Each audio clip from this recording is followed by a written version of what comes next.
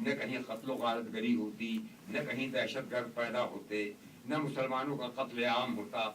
ہم کہتے ہیں کہ تاریخ جو ہے وہ ٹھیک راستے پر چلنے کے بجائے غلط راستے پر مڑ گئی۔ جب غلط راستے پر مڑ گئی تو کوئی چیز اپنی جگہ پر نہیں ہے۔ جس طرح ٹرین پٹری سے اتر جاتی ہے تو ڈبے میں جتنی چیزیں رہتی ہیں سب اوپر نیچے ہو جاتی ہیں، آدمی نیچے ہو گیا، سامان اوپر ہو گیا۔ وہی حال اسلام کا ہو گیا، پٹری سے اتر گئی، پٹری سے اسلام کی تاریخ اتر گئی، اب بھاگی چلی جا رہی ہے۔ کوئی ادھر گر رہا ہے، کوئی ادھر گر رہا ہے، کوئی ادھر رو رہا ہے، کوئی ادھر چلا رہا ہے، ساری دنیا میں تباہی مچی ہوئی ہے۔ تو وہ جو پروفیسر صاحب تھے کہنے لگے صحیح راستہ کون سا تھا؟ میں نے کہا حضور بھئی یہیں سے شیعہ سنی کا فرق واضح ہو جائے گا۔ ہم کہتے ہیں صحیح راستہ غدیر سے نکلتا تھا، آپ کہتے ہیں صحیح راستہ ثقیفہ سے نکلا ہے۔ ہم کہتے ہیں اگر ثقیفہ والا راستہ صحیح ہے تو تاریخ صحیح کیوں نہیں ہے؟ ہم کہتے ہیں وہاں سے نکلنا چاہیے تھا۔ بھئی یہی شیعہ سنی میں فرق ہے، یہی ہم میں آپ میں فرق ہے۔ آپ خلافت کے قائل ہیں، ہم ولایت کے قائل ہیں، امامت کے قائل ہیں۔ درود بھیج دیجیے محمد۔ میرا خیال ہے میں نے اپنے بچوں کو سمجھا دیا ہے، میں نے اپنے بچوں کو سمجھا دیا ہے۔ معاملہ بس وہی ہے، معاملہ بس وہی ہے جسے مسلمانوں کی تاریخ کا عروج کہا جاتا ہے، وہ بھی عروج نہیں ہے، مسلمانوں کی تاریخ کا عروج نہیں ہے۔ وہ کہتے ہیں فتوحات بہت ہو گئیں، دنیا کے بڑے حصے پر مسلمانوں کا قبضہ ہو گیا۔ اگر یہی عروج تھا، اسی کا نام عروج ہے، تو اسلام کی ضرورت کیا تھی؟ یہ عروج تو چنگیز و ہلاکو کو بھی مل چکا ہے۔ جب اس کی فوجیں بڑھی ہیں تو چند برسوں میں دنیا کے بڑے حصے پر قبضہ کر لیا۔ اسلام کا بھی یہی کام تھا۔ اگر اسلام تو اس لیے آیا تھا کہ دنیا کو خوف اور حزن سے پاک کر کے عدل و انصاف سے بھر دیا جائے، مگر عدل و انصاف سے بھرنے کے بجائے ظلم و جور سے دنیا بھرتی چلی جا رہی ہے، دنیا بھرتی چلی جا رہی ہے۔ اس لیے ہم کہتے ہیں مسلمان غلط راستہ اختیار کر لیا مسلمانوں نے، اور کربلا کا واقعہ جو ہوا بس اسی لیے ہوا۔ کربلا کی لڑائی جو تھی وہ خلافت و امامت کا ٹکراؤ تھی۔ خلافت یہ کہتی تھی کہ ہم جو چاہیں گے وہ ہوگا، امامت کہتی تھی ہم دین کو مٹنے نہیں دیں گے، ہوگا وہی جو اللہ چاہتا ہے، ہوگا وہی جو اللہ چاہتا ہے۔ خلافت کے پاس ساری طاقتیں تھیں، فوج بھی، لشکر بھی، اسلحہ بھی۔ امامت کے پاس بظاہر کوئی طاقت نہیں تھی، صرف کردار کی طاقت تھی، صرف کردار کی طاقت تھی، صرف اخلاق کی طاقت تھی۔ تو صرف کردار اور اخلاق کی طاقت کتنی بڑی طاقت تھی کہ اتنی بڑی حکومت کو، اتنی بڑی حکومت، اتنی بڑی سلطنت کو شکست دے دی۔ کربلا کے بھوکے پیاسے شہیدوں نے، کربلا کے بھوکے پیاسے شہیدوں نے اتنی بڑی حکومت کو شکست دے دی۔ شکست دے کے بتایا کہ شکست و فتح تو اللہ کے ہاتھ میں ہے، شکست اور فتح اللہ کے ہاتھ میں ہے، نہ تلواروں کے ہاتھ میں ہے، نہ خنجروں کے ہاتھ میں ہے، نہ فوجوں کے ہاتھ میں ہے، کسی چیز کے ہاتھ میں نہیں ہے۔ میں نے ابھی کہا کہ حضرت ابراہیم نے دعا کی، جب اللہ نے کہا کہ جاؤ پہاڑی پر چڑھ کر پکارو یا ایھا الناس، میں نے اللہ کا گھر بنا دیا ہے، آؤ آ کے حج کرو، طواف کرو، سعی کرو۔ حضرت ابراہیم گئے اس پہاڑی کے اوپر، کھڑے ہو گئے، آواز دی یا ایھا الناس، میں نے اللہ کا گھر بنا دیا ہے، آؤ آؤ آؤ۔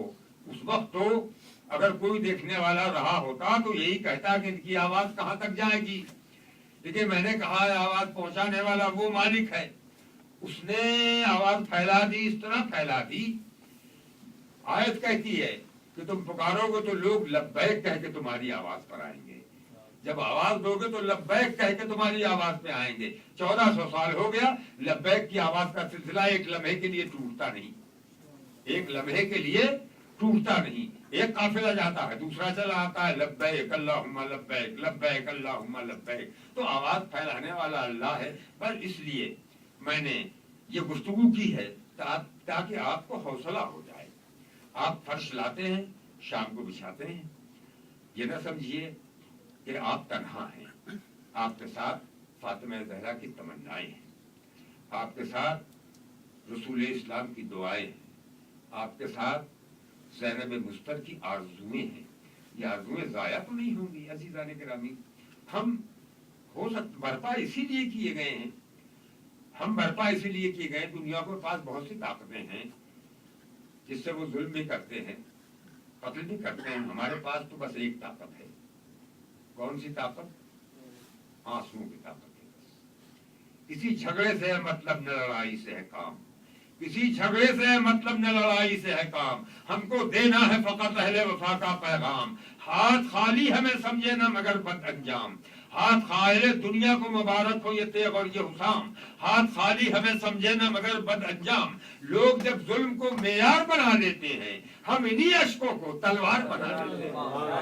ہم انہی اشکوں کو تلوار بنا لیتے ہیں. انہی اشکوں سے تو اقوام و امم زندہ ہے ادب زندہ اگر نغمہ غم زندہ ہے. سوچ جب تک ہے زبانوں میں قلم زندہ ہے. طفل نو رو کے بتاتا ہے کہ ہم زندہ ہیں. سانس لینے نہیں پاتے کہ گزر جاتے ہیں. جن کو رونا نہیں آتا ہے وہ مر جاتے ہیں. جن کو رونا نہیں آتا ہے تمہیں دیجیے. جن کو رونا نہیں آتا قومیں ہو یا بچہ ہو, قومیں ہو یا جن کو رونا نہیں آتا ہے وہ مر جاتے ہیں. جن کو احساس محبت ہے وہ روئے گا ضرور. درد جس دل میں امانت ہے وہ روئے گا ضرور. درد جس دل میں امانت ہے روئے گا ضرور. جس کے سینے میں حرارت ہے وہ روئے گا ضرور. جس کو کچھ خوف مشیت ہے وہ روئے گا ضرور. وقت پر جائے تو ہر اہل زمین روتا ہے. صرف شیطان زمانے میں نہیں روتا ہے. صرف شیطان زمانے میں نہیں روتا. اہل دل روئے ہیں صاحب نظرہ روئے ہیں. صاحب درد بسد آہ فغاں روئے ہیں. غم حمزہ میں شہ کون و مکان روئے ہیں. ہم ہے کیا چیز رسول دو جہاں روئے ہیں. رونے والوں کو جو رکھو گے خطا کاروں میں انبیاء بھی نظر آئیں گے گنہگاروں میں.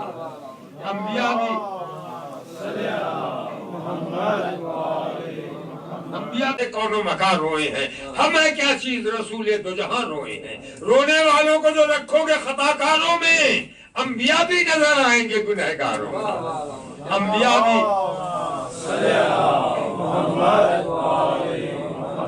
بھی نے دین نوح نے پائی تھی بصیرت اس کی. دل ایوب بتائے گا حلاوت اس کی. چشم یعقوب سے پوچھے کوئی لذت اس کی. ابن مریم کو بھی پڑتی تھی ضرورت اس کی. حضرت آدم و حوا کی روایت ہے یہی. انبیاء نے جو نکالی ہے وہ بدعت ہے یہی. انبیاء نے جو نکالی ہے وہ بدعت. اللہ اکبر. نعرہ رسالت یا رسول اللہ. نعرہ حیدری یا تو آخری بند سن لیجئے. انبیاء نے جو نکالی ہے وہ بدعت ہے یہی. انبیاء نے جو نکالی ہے کہتے ہو. انبیاء نے رونا کمزور ارادوں کی علامت ہے. اگر کہتے ہیں رونا جو ہے کمزوری ہے. رونا کمزور ارادوں کی علامت ہے اگر تو گریا کن قوم زمانے میں ہے زندہ کیوں کر. ہم کے ٹکرائے ہیں دنیا سے بھئی دیدے تر. شام و بغداد کی تاریخ سے پوچھو جا کر. یہ تو سچ ہے کہ رہے ظلم میں آگے تو نہ تھے. رونے والے کبھی میدان سے بھاگے تو نہ تھے. رونے والے کبھی میدان سے بھاگنے والے وہی ہیں. رونے والے کبھی میدان سے بھاگے تو نہ تھے. رونے والے کبھی میدان سے بھاگے تو نہ تھے. کہتے ہو خوف کی بنیاد ہے یہ اشک رواں. تم نے دیکھا نہیں شاید ابھی انداز فغاں. ہوتے ہیں تیغوں کی جھنکار میں ہم نوحہ گناہ. کرتے ہیں تذکرہ درد سرے نو کے سنا. پستی سیرت و کردار میں روتے نہیں ہم. ڈر کے فوجوں سے کسی غار میں روتے نہیں ہم.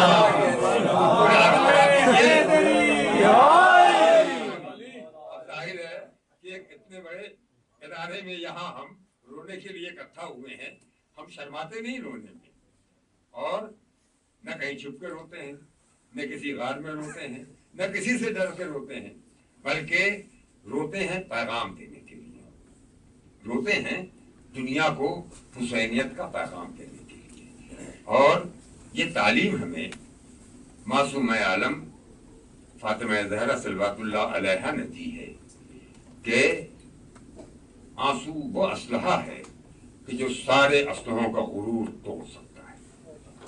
پیغمبر اسلام کے بعد جب تاریخ نے انحراف کا راستہ اختیار کیا تو فاطمہ زہرا نے انہی آنسوؤں سے کام لیا. فاطمہ زہرا نے انہی آنسوؤں سے کام لیا. صورانہ مظلوم رونے کے دن ہیں. محرم کی 5ویں شب آ گئی ہے. فاطمہ کا لال اپنے گود کے بالوں کے ساتھ کربلا کی جلتی ہوئی زمین پر موجود ہیں. چھوٹے چھوٹے بچے ساتھ میں ہیں. چھوٹے چھوٹے بچے ساتھ میں ہیں. 2 محرم کو یہ قافلہ پہنچا تھا اور اسی دن حسینی خیمے جلتی ہوئی زمین پر نصب ہوئے تھے دریا سے دور. اور اسی دن تھوڑی دیر کے بعد شمر اپنی فوج لے کے آ گیا. آواز دی. یزید نے کہا ہے دریا پر پہرے لگا دیے جائیں، فاطمہ کے لال تک پانی کا ایک قطرہ نہ پہنچنے پائے. پہرے اسی دن لگا دیے گئے. ابو الفضل عباس نے جو پانی جمع کر لیا تھا وہ کام آتا رہا، مگر تاریخ کہتی ہے 7ویں سے حسین کے خیمے سے الاتش کی آوازیں آنا شروع ہو گئیں. اس کا نتیجہ یہی نکلتا ہے کہ جو پانی اکٹھا کیا گیا تھا وہ پانی رفتہ رفتہ ختم ہو گیا. ساتھ سے حسین اور حسین کے بچے اور حسین کا قافلہ پیاسا تھا.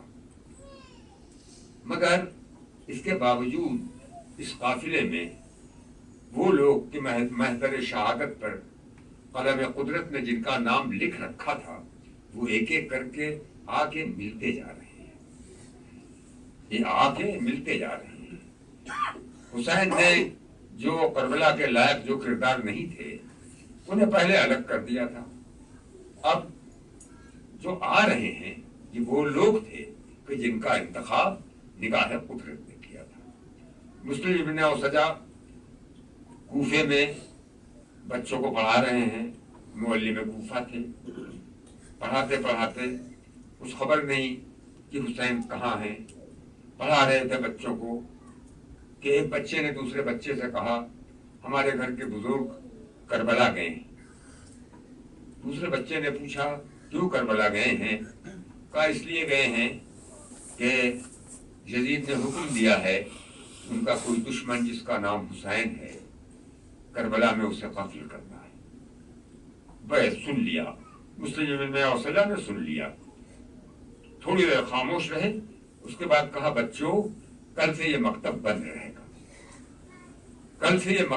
رہے گا. تم لوگوں کی چھٹی ہے جب تک میں پھر لوٹ کے نہ ہوں. مسلم ابن اوسجا چلے. کیسے پہنچ گئے حسین تک؟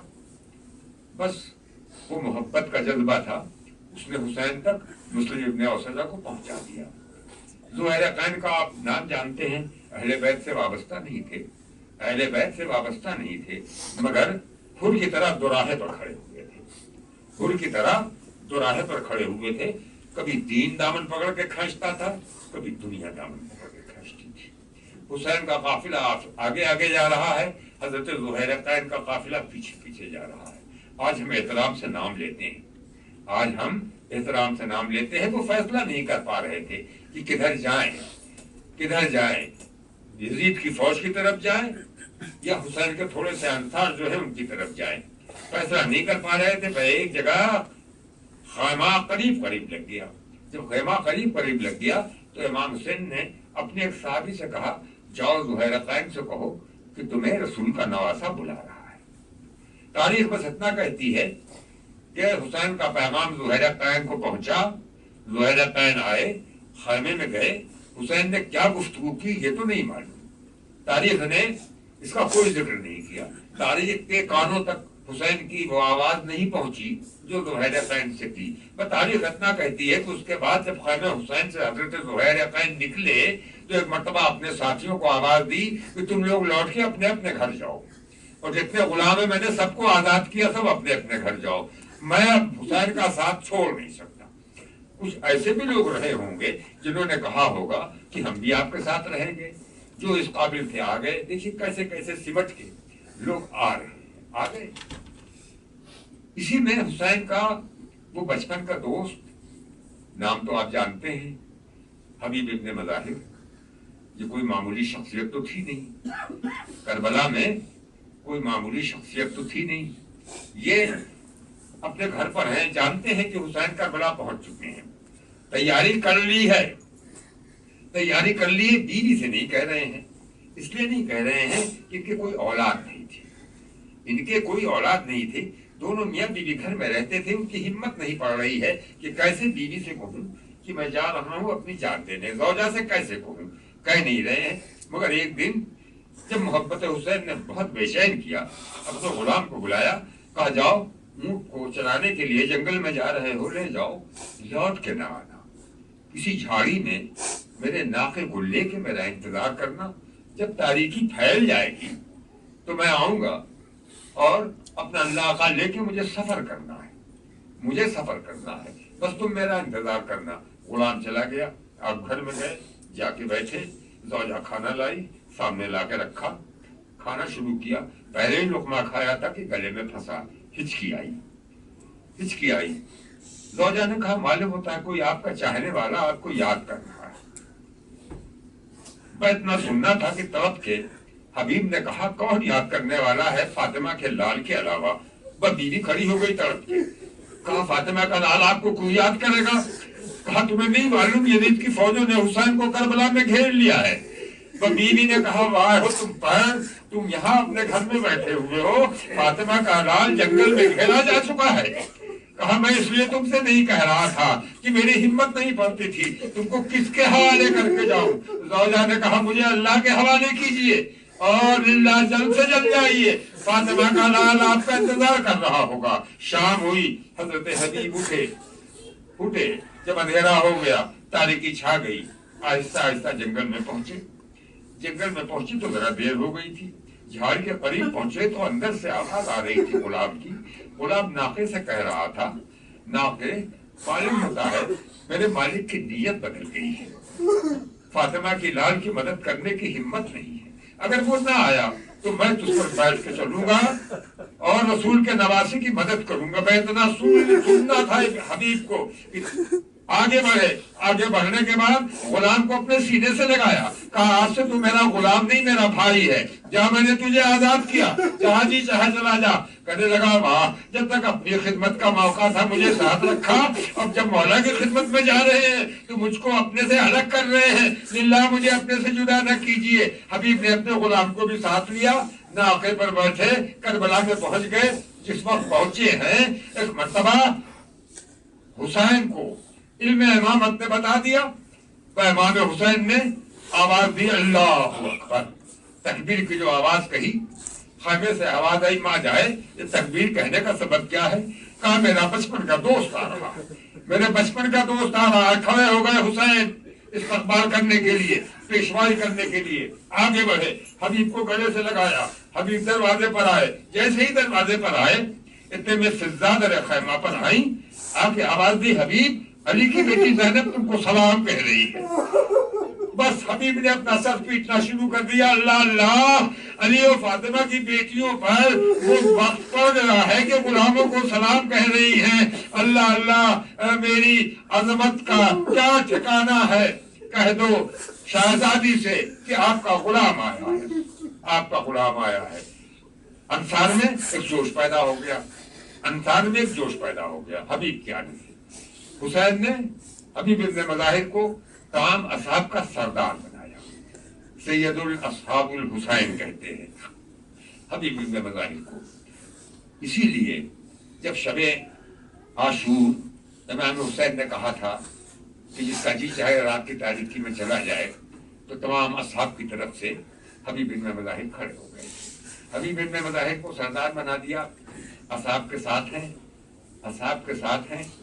ایک دن زینب نے امام حسین سے کہا اسی عاشور سے پہلے کہ بھیا آپ نے اپنے اصحاب کو آزما لیا ہے یا نہیں؟ اپنے اصحاب کو آزما لیا ہے نہیں. یہ شہزادے نے کیوں کہا؟ اس لیے کہا کہ زینب نے اپنے نانا کا بھی دور دیکھا تھا، ان کے اصحاب کو بھی دیکھا تھا کہ جب رسول دنیا سے رخصت ہوئے تو جنازہ اٹھانے کے لیے کوئی نہیں آیا. علی کا دور بھی دیکھا تھا، امام حسن کا زمانہ بھی دیکھا تھا کہ نیچے سے مسلح کھینچ لیا صحابیوں نے. تو شہزادی کو جو تجربہ تھا اسی روشنی میں پوچھا میرے ماں جائے آپ نے اپنے اصحاب کو آزما دیا ہے کہ نہیں؟ کہیں ایسا نہ ہو کہ مصیبت میں چھوڑ کے ہمیں چلے جائیں. یہ فقرہ کسی طرح سے حبیب ابن مظاہر کے کانوں تک پہنچ گیا. ایک مرتبہ تڑپ کے اصحاب کو آواز دی اصحاب حسین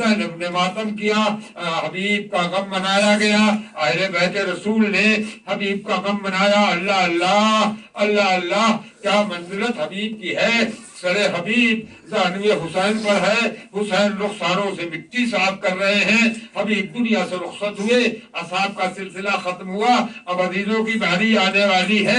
بس سوگواران مظلوم، میں نے اپنی مجلس ختم کر دی، صرف یہ بتا دوں کہ وہ زوجہ حبیب کی بیوہ جو رہ گئی تھی کوفے میں، اس کا کیا حال ہوا۔ بس اتنا سن لیجئے کہ حبیب یہاں شہید ہو گئے، وہ زوجہ اپنے گھر میں بیٹھی ہے، اسے کچھ نہیں معلوم کہ کربلا میں کیا ہوا، کچھ نہیں معلوم کربلا میں کیا ہوا۔ ایک روز ایسا ہوا کہ کچھ سپاہی کوفے کے گلیوں میں یہ شور کرتے ہوئے نکلے کہ حسین کا کٹا ہوا سر آ رہا ہے، جس سے مقابلہ تھا اس کی عورتوں کو قلیل بنا لیا گیا ہے۔ اہل کوفہ تماشا دیکھنے کے لیے آئے، زوجہ حبیب کا دل دھڑکنے لگا، سمجھ گئی یہ قافلہ حسینی کی آمد کی خبر دے رہا ہے۔ چادر اٹھائی، سر پہ ڈالا، عصا ہاتھوں میں لیا، آگے راستے پر بیٹھ گئی۔ اتنے میں یہ لٹا ہوا قافلہ داخل ہوا کوفے کے اندر، اور ناقہ زینب وہاں پہنچا جہاں زوجہ حبیب بیٹھی ہوئی تھی۔ ایک مرتبہ نگاہیں اٹھا کے نیزے کی طرف دیکھا، نیزوں پر حسین کا سر نظر آیا، علی اکبر کا سر نظر آیا، عباس کا سر نظر آیا۔ حبیب ابن مظاہر کا سر کہیں نہیں دیکھا زوجہ نے، اپنے گھٹنوں میں سر ڈال کے رونا شروع کیا، پورا جسم لرز رہا تھا۔ اتنے میں ناقہ زینب قریب پہنچا، علی کی بیٹی تھی، دیکھا کوئی عورت بےتاب ہو کے، مستر ہو کے تڑپ تڑپ کر رو رہی ہے، سارا بدن کانپ رہا ہے، مشکل کشا کی بیٹی تھی، دل تڑپ اٹھا، آواز دی، بی بی تم کیوں رو رہی ہو اس طرح بےتاب ہو کے؟ کیا تمہارا بھی کوئی چاہنے والا اس قافلے میں تھا؟ حبیب کی زوجہ نے کوئی جواب نہیں دیا۔ زینب نے پھر کہا، بی بی تمہیں میرے حق کا واسطہ جواب دو۔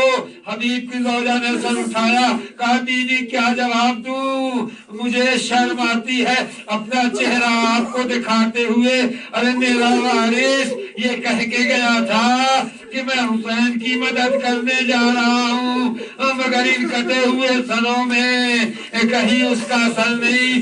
زینب نے پوچھا، بی بی تمہارے وارث کا کیا نام؟